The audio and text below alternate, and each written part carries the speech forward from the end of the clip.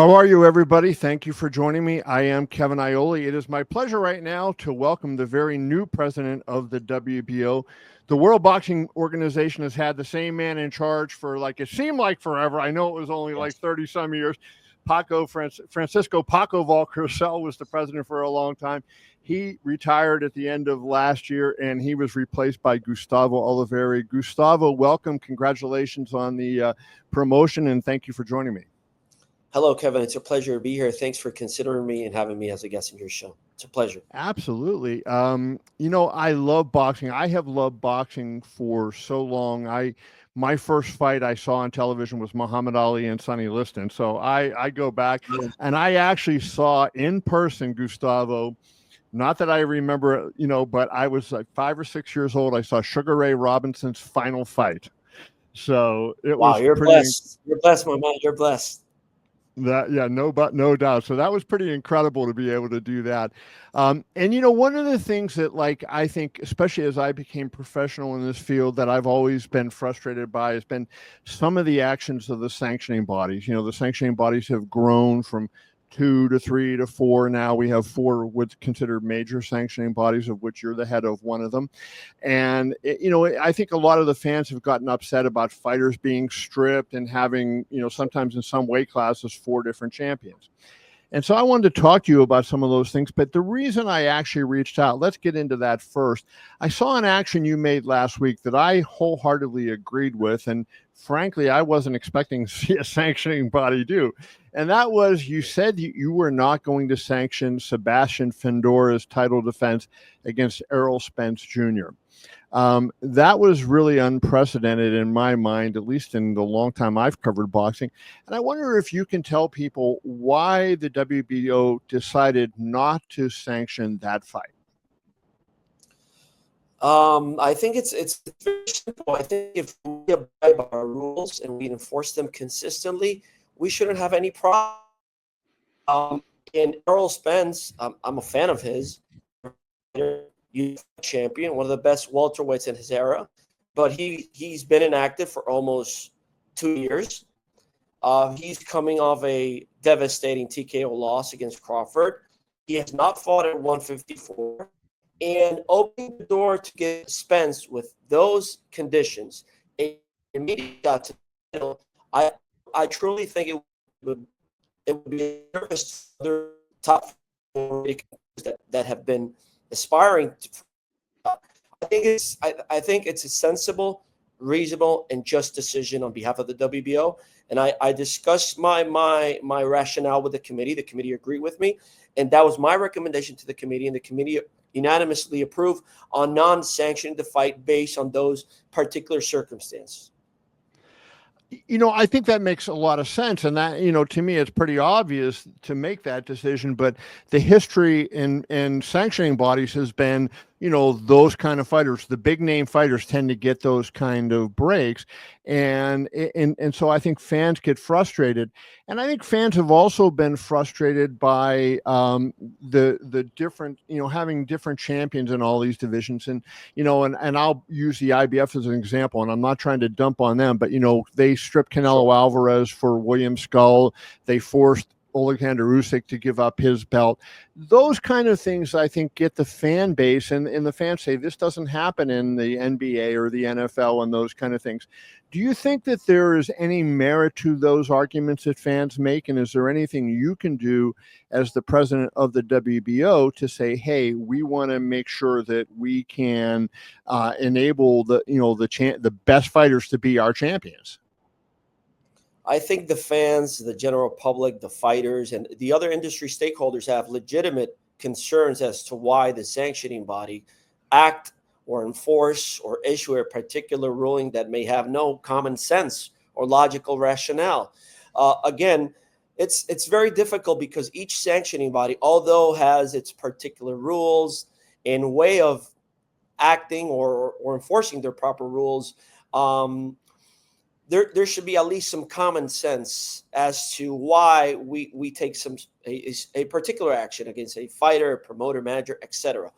I can at least talk on behalf of the WBO.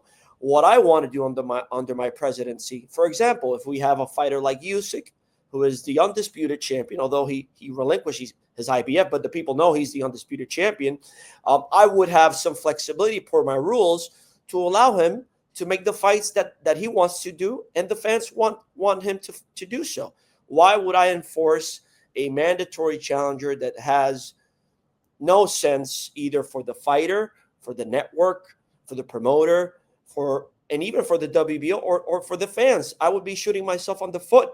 Right. Now, that doesn't mean that there's going to come a point in time where Usyk has to face the mandatory challenger. What I'm going to do is I'm going to strive my best to determine and select a definitive, worthy, and merit mandatory challenger. Because again, Kevin, although we're a nonprofit, our decisions are intimately related with the business aspect of the industry. Right, of course. So I have to be very careful because there's a thin line between the nonprofit, the business aspect, and all those particular circumstances that come into play.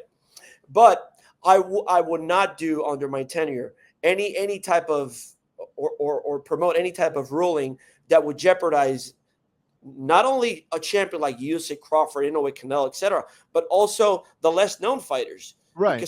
Because again, for example, if I wanted to push a mandatory for Canelo that is a nobody, it not only would be prejudicial for the WBO, but also for the fighter and for the network and the promoters and the fans. Who wants to see that? It's all a mix of things that come into play. So, like, for example, we had Janibek Alimkhanuly, the middleweight champion, IBF, WBO. He doesn't have a big profile yet, a career-defining fight where the fans would say, oh, this is the guy at middleweight. Yeah, he's right? A terrific fighter, but not very well known. Correct. But those are his particular circumstances, right? So we had this fighter, Hamza Sheraz, up-and-coming contender. He had complied with the rules. He's becoming a star in the UK, now under the Riyadh season banner. So we gave him a shot to fight for the mandatory for the WBO. We ordered the fight, and his team said, thank you, but no thank you. We're pursuing another route. That's fine by me. Okay, but you're out of the ratings. Let's go to the next, right? Then Janibek's team reached out to me. Hey, Gustavo, can you make Shane Mosley Jr. the mandatory? I said, absolutely not. Why? He hasn't yet complied with the ratings. He hasn't fought, with the ratings criteria. He hasn't fought rated contenders within the applicable time per the ABC ratings criteria and the WBO ratings criteria. He hasn't projected yet as a worthy, legitimate mandatory challenger. Why would I force him? So what I did was, Janibek, I'm not forcing that mandatory. I'll give you an option to do a voluntary fight. Any of the top 15, go make a homecoming fight. Big for you, big for your team. Also beneficial for your profile, maybe at home. So, and let's reconvene when we have a more definitive mandatory challenger under that scenario. So that is my way of thinking as of now, for at least for the mandatory challenger designation. I don't think, Kevin, the mandatory structure system is the flaw. Rather the way the challengers are selected. Well, it seems to me one of the things, yeah, I agree with you on that, but I think one of the things that tends to happen over the years is that some organizations don't rank champions of other organizations, or they don't rank it. If you have somebody number one, they don't rank them, or number one. Yeah. I think if we have fair rankings, it seems to me, if you rank if the WBO and the WBC, the WBA and the IBF all rank them fairly and don't worry, and they just say, these are who we think the top 15 fighters are as challengers to our champion, then I think there's a little more common ground. But when you look at theirs and you say, well, they have this guy, so we're taking him out, don't you agree that presents a lot of problems? Absolutely. But there's a reason behind that, Kevin. For example, the WBO nor any of the other sanctioning bodies have jurisdiction on their respective champions. In other words, I cannot force my champion to fight the champion of another organization's. I don't have that jurisdiction, that legal authority. If I rank a champion from another sanctioning body in my top 15, for example, number one, I cannot force my champion to fight him. So why would I rank him if I have no authority to make him fight? Because at You least if you get do me? that, then you're acknowledging that, let's say use Canelo as the example. Yeah, He's not, yeah, we say he is the champion of the WBC. He is the number one super middleweight in the world. sure. You can make your mandatory number two in the case that, he's not there. To me, that's why I think you do it, because you're acknowledging what is obvious. And I think sometimes, I don't think there's a lot of corruption in boxing, but I think the general public thinks there's a lot of corruption in boxing. And I Sure. think, so to me, you avoid impropriety or even the appearance of impropriety, right? And so if True. you rank the people, then you're avoiding the appearance of impropriety, are you not? I can certainly agree with that point. I can certainly for example, I can classify another world champion from another recognized sanctioning body in my ratings. I can do that. And although I cannot force him to fight my champion, I can certainly go then to the next highest available contender for the mandatory. I can do that as well, for purposes maybe and of don't what you you're think, saying, like, if you the have appearance, the public appearance. That's your point, correct. which would provide the fans transparency, legitimacy, etc. I agree. Yeah, because I think that's the thing, Gustavo. People get upset that they don't understand. They think there's backroom deals being made, and Yeah. then all of a sudden it comes out there, and then it's not based on merit. And look, I rank pound for pound, right? And certainly I don't take it very seriously. But when I look at it, I try to pick the best people pound for pound that I can rank. And sometimes I go, hey, this guy hasn't won a lot of fights. Like when Shakur Stevenson was a young fighter. Mm-hmm. He had not won a lot of big fights, but I was going, this guy is really good. And I think he would beat most guys in the world. So I ranked him higher than other people did. So I understand if you do that, but I also think meritocracy is important, where you can look and say, hey, this guy has won fight after fight. We need to rank him. And if he's a champion in another organization, so be it. It is 100% couldn't be true. And I agree with you. The rating structure has flaws. Again, it's subjective in nature. At least in the WBO, we go on a monthly basis. The ratings committee convenes at the WBO, and we go through that top 15. Sometimes you don't got so much depth in a particular weight division, right? And you got fighters there that maybe they don't have legitimate merits to be rated within the top 15. Maybe they're top 25, top 30, but you need to fill out those spaces. In other areas, you can say, well, why is this guy number 2 when number 3 already defeated him, right? And those are legitimate concerns. We're not perfect, right? But we're, at least under my presidency, I'm striving to make some proper changes, and at least from our perspective in our ratings have the most deserving contenders. For example, when I published that tweet regarding Spence and Fundora, Fundora's manager called me, Samson Lekowitz, and he said, oh, we're not going to make the fight. I know this and that. I have this guy as a substitute, a guy called Joseph Spencer. I checked his record, and I said immediately, no way, Samson. I can't. And it doesn't look good. For example, no, the fight is in March, Gustavo. You can rate him now in January, so it doesn't look bad on the next month of fair. I said, no, I'm not going to do that, because sometimes, and this respected journalists like you, knowledgeable people, you check the ratings and you say, oh, this guy wasn't here last month, and suddenly he appears the following month to justify making the fight on the subsequent month thereafter. Right. That doesn't look good. It's wrong. So under my presidency, I'm striving to make those changes because either we play by the rules and we be consistent, and we are the outliers under these challenging times, or what's going to happen, Yeah, I agree with you. I mean, that is something really I love to hear, because, I don't want to make it harder for the promoters to make fights. I would like to see it easier, but by the same token, the public deserves good title fights, and they deserve. Absolutely. And I think one of the reasons the UFC has grown so big and gotten so popular is because they honor their champions, and they make even matches all the way up. And I know you don't have a say over that in boxing, but they make even matches for guys on the way up that are appropriate, and not what I always call squash matches. But then when it gets to the champion, they don't always have the number one contender fight each other, but they pick credible guys who have won fights that get them that opportunity. And I think in boxing, you see how I always think of Pacquiao Mayweather. Like, think of how people were for that fight, how crazy they were to see that fight, because these two guys had beaten everybody, and people said, hey, they're the two best, we want to see them fight. And the fact that they finally did was great for boxing. But I mean, when the sanctioning bodies get involved in there and say, we're not going to allow this to happen, we're going to take titles away, that to me really hurts the credibility of the sport.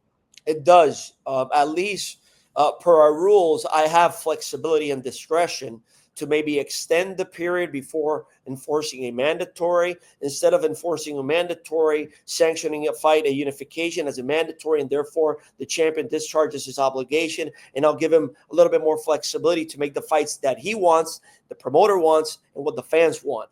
That's why we have a distinction in our rules called the super champion. It's not a title, it's a distinction whereby a champion, per his accomplishments or professional merits, is granted rights and privileges. And one of those privileges or rights is allow him flexibility to do the mandatory. Instead of doing the mandatory within a 6-month period, we give him 18 months. So that's 1 year and a half. And it's and if it's warranted, we'll give him an extension, because at the end of the day, I have to serve the fighters and what's best for them and for the industry as a whole. That's my view, at least. Yeah, I love that. Now, have you spoken to your colleagues, WBC Mauricio Suleiman, who I think is doing a really good job trying to fix things, Gilberto Mendoza at the WBA, or Daryl Peoples at the IBF? Have you spoken to them about the four of you guys getting together and kind of trying to work on some of the common problems and fix those? Yes, we've had several meetings. And for example, I think one of the most important meetings that we had a couple of years ago, Paco was still the president, but I was always present at those meetings like a sponge, learning and hearing, and seeing the maneuvers behind the scenes. We had agreed on having the undisputed champion in all the weight divisions. And instead of enforcing 4 mandatories, enforcing a unified mandatory, whereby the undisputed champion would only have 1 mandatory obligation, thereafter have the flexibility to do the fights that the general public wanted, the fighter wanted, and was beneficial to all the stakeholders. Now, the issue with those agreements are whether we all 4 are consistent in honoring those agreements. And the problem is that each sanctioning body has their particular commitments with their respective promoters, right? And that makes it a little bit complex, in that you have conflictive interests always, butting heads. If the WBA champion has a prior commitment before our meeting, and he has to honor that commitment because there was a prior ruling, so those things come into play. But we've always had at least navigating in the same destination. Only 1 champion, only 1 mandatory, and trying to do what's best for the business, because times now are challenging, and there are rumors about this boxing league, which in theory it should be. It's the ideal scenario in theory, and trying to be objective, right? I'm the president of a sanctioning body, which is not beneficial for a sanctioning body, but being objective, it's the ideal scenario. The question is whether it is practical of having 1 champion with the amount of fighters, supply and demand. All those big champions like Crawford, Canelo are fighting maybe twice a year. The titles, although there are too many titles, which I also agree, and I'm trying to maybe reduce some minor titles because it's getting ridiculous.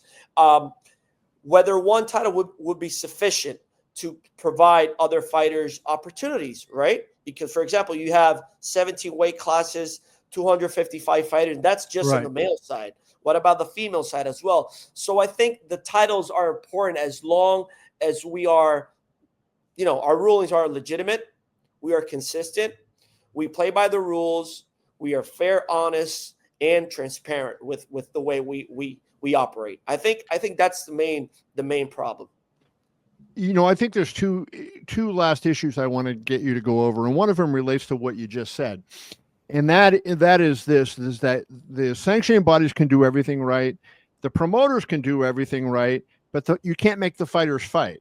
That is And correct. so if two guys, if Canelo doesn't want to fight Crawford, no matter what the WBO decides, what the WBDC decides, you're not going to have Canelo fight Crawford because Canelo doesn't want to make that fight, as an example.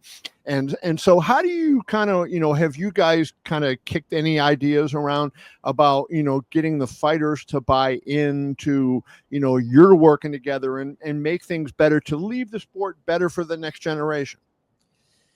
I think we've done that, and we constantly meet and discuss and have Zoom meetings and calls between the presidents to try to work those issues. But for example, using the Canelo example that you mentioned, he's in another stratosphere, right? Canelo calls his shots. He's the main guy, so I think he's earned that. So the question is, will the sanctioning bodies take some action against Canelo? Well, there's going to come a point in time that Canelo has to either defend the title or we have to take some action. I can't enforce the rules one way for X fighter and this way for Canelo. It doesn't operate that way. At least that's my view. For example, Teofimo Lopez, right? He's the WBO 140 champion. Teofimo was scheduled, or there were plans to fight Matias now in March. So I ordered an eliminator between the highest two available rated contenders in Jack Catterall and Arnold Barboza, which I believe are legitimate contenders, but still yet they need a little bit of a definitive fight to justify designating them as mandatory for Teo. Again, going to the mandatory selection process, right? So now Teo is not fighting Matias, and who knows what's going to happen with Teo, the uncertainty, his promotional agreement with Top Rank, his relationship, now Turkey coming into play, whether he's going to fight this year at the end of the year, who knows? So I authorized that fight for the interim to keep the division active and give an opportunity to those fighters, because Teo can easily decide to move up to 147 or relinquish the title, or who knows. Now, the winner of that interim title between Catterall and Barboza is the mandatory for Teo. So Teo has to fight the winner between 6 months after the interim fight. If he doesn't fight, Kevin, I'm sorry, I got to strip him. I got to take some action. Why am I here? I think people understand that. Yeah. Now, I don't want to strip a champion through a legal document. I hate that, right? Or elevate a champion from interim to full champion through a letter and an email, and people start, oh, you're an email champion. I'm not for that. But there comes a point in time where my options of giving a fighter, a champion, flexibility within my rules comes to the scope of the flexibility comes to a limit. So I have to take some action. That's at least my reasoning. I agree. No, I agree with that. Last thing, and I think this is something that not a lot of people, even some of my colleagues, don't think of, but boxing is not just a United States-based sport. It is a worldwide sport, and there's different governing bodies and different regulations in in different countries, and so you have to navigate. I kind of think of it like the smartphone manufacturers. They want to put apps in their app stores and everything, and every country has different rules. And we almost had TikTok banned here in the United States, and who knows what these rules are. So that is a thing that I think is very real for you guys as the head of the sanctioning bodies, is navigating all these different, organizations that regulate boxing in the different countries. How big of a challenge is that? And is there anything that you can do from a sanctioning body level to try to mitigate the differences that exist? We have some hurdles, but I think are more focus on the selection of officials. Like, for example, under the British Boxing Board of Control jurisdiction, they have a policy of always appointing one UK judge and one UK ref. The sanctioning bodies have always strived and pushed for, hey, the titles at stake are ours, so we should be considered for purpose of appointing the officials, because those officials affiliated under our organizations, we know who they are. We know if they are, honest, responsible, certified by the ABC as to the seminars, whether they are experienced. We have their credentials. So I think we are the appropriate entity to recommend, or whether, say, British Boxing Board of Control, I think these are the proper officials for these fights. Those are the main hurdles that we have overseas as to the selection of officials, but that depends on the jurisdictions, right? As you know, each jurisdiction is sovereign, so they have their own authority as to how they regulate an event. The rules when the titles are at stake are the ABC Unified Rules of Boxing, so that's not a problem. Those are standard basically around the world. There may be some subtle distinctions as to, for example, in New York, the doctor can stop the fight. And I believe it's also the same in California. In other jurisdictions, well, the referee is the sole arbiter. Only a referee. Or yeah. So there's some subtle distinctions. Also, the wrapping on some jurisdictions they allow gauze, tape, gauze. In other jurisdictions, just tape and gauze. It varies a little bit, but from a sanctioning body's perspective, excuse me, it's not that complicated. I believe the hurdles are more focused on the selection of officials. I believe, my humble opinion. So finally, are you optimistic about the future of boxing? Like there's some people, I've heard people say boxing is dead and blah, blah, blah, blah, blah. And, there was a period not that long where there wasn't anything going on in the sport, right? But how optimistic are you that, boxing, if not get back, like, hey, when I was a young kid, boxing was one of the biggest sports in the United States. It's far from that right now. Are you optimistic that it can get back at least to some semblance of credibility with not boxing fans, but just the sports fan at large? I think I truly believe that we're in. To be honest with you, Kevin, it's been a roller coaster the last couple of years, the boxing and new players coming in. The re-up season factor has been extraordinary from of seeing the big fights that the fans want to see. Also, the Jake Paul coming into play and providing a platform for women's boxing, or maybe another demographic of new fans, new eyeballs to the sport. Also, you have to consider the purses that the fighters are earning as a factor that maybe sheds some light on as to how the business is going. I take into account the compensation of fighters. If the fighters are earning unprecedented purses, that's good for them, right? If we don't have fighters, we don't have a sport, and it's a domino effect. So the question is whether it's sustainable, right? And whether once that faucet closes, what's going to happen, right? Whether the league comes into play, the league concept, whether Turkey will be here for the upcoming years, the new players, the new platforms coming in, the Jake Paul thing. I don't know. It's very interesting times, at least from a sanctioning body standpoint. I want to try to do things differently. The WBO cannot simply rate a fighter, give him a regional title, give him a chance at the title, then award him the title, a little back here, a little social event here, a ring for 5 title defenses. No, that is very cool. I like that. But we have to do something broader that really impacts the fighter. For example, let's say a regional fighter who maybe defends 3 times the regional title doesn't get to that level. Maybe the WBO, after deducting his sanctioning fees, pays him back that same money that it deducts from his purses, but puts that money in an investment fund for at least 3 years, right? Or maybe he takes that money and says, I'm gonna give it back, champion, but we're gonna use this money for the closing of your first property, like a first property program, a retirement program, an investment, financial literacy, all that impacts directly the fighter. We have to do more than what we've been doing for the last. I think the sanctioning bodies have been in existence for over 100 years. Yeah. So times have changed, and we have to adapt. Either we adapt, like Billy Bean in Moneyball, adapt or die. I love it. By the way, speaking of baseball, I noticed over your shoulder you got Edwin Diaz jersey. Right here, I have 2, one that you might be interested in. I have Roberto Clemente, one of my all-time favorites, right on the wall next to me here. You're blessed. Like I told you at the start of the show, you're blessed. If you had Roberto Clemente there, you're blessed, my man. He's great. Gustavo Olivieri, I appreciate you, brother. Good luck in running the WBO. I loved hearing what you had to say, and look forward to talking again in the future. Thank you, Kevin. Thanks for having me. Always a pleasure. Okay. Thank you.